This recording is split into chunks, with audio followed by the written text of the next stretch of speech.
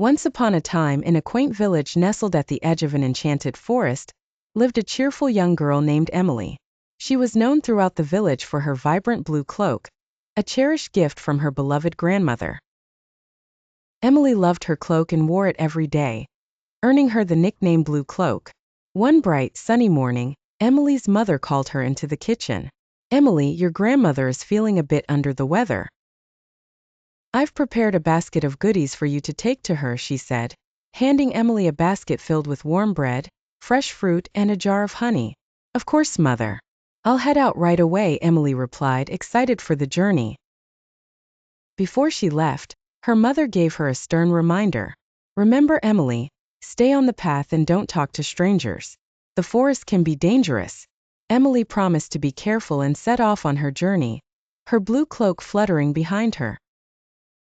As she walked through the forest, she admired the vibrant wildflowers and listened to the cheerful chirping of birds.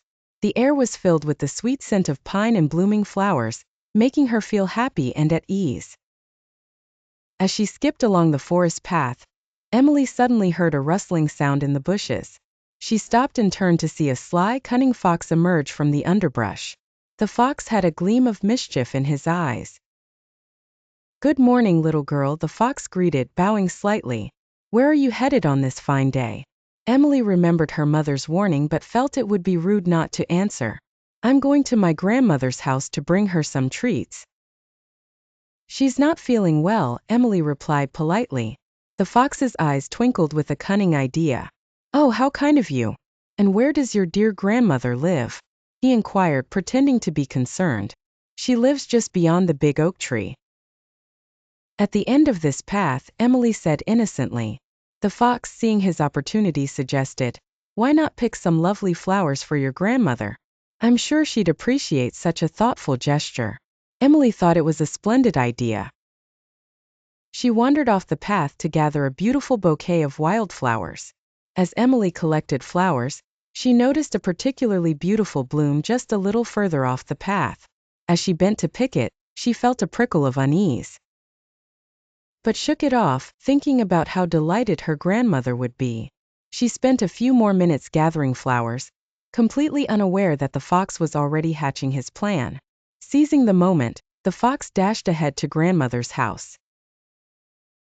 He knocked on the door, and when grandmother answered, he quickly overpowered her, locking her in the closet and disguising himself in her nightgown and nightcap. He climbed into her bed, pulling the covers up to his chin.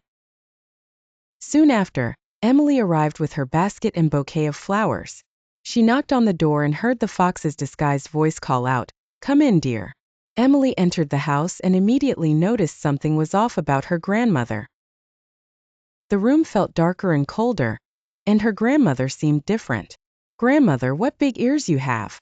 Emily exclaimed, stepping closer to the bed.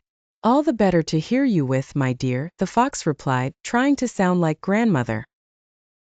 "Grandmother, what big eyes you have!" Emily continued, feeling more uneasy. "All the better to see you with, my dear," the fox responded, his voice trembling with excitement. "And grandmother, what big teeth you have!" Emily said, now standing right next to the bed. "All the better to eat you with," the fox roared, throwing off the covers and leaping towards Emily. Emily screamed and ran towards the door, her heart pounding in her chest. Just as the fox was about to pounce on her, the village woodcutter burst into the house.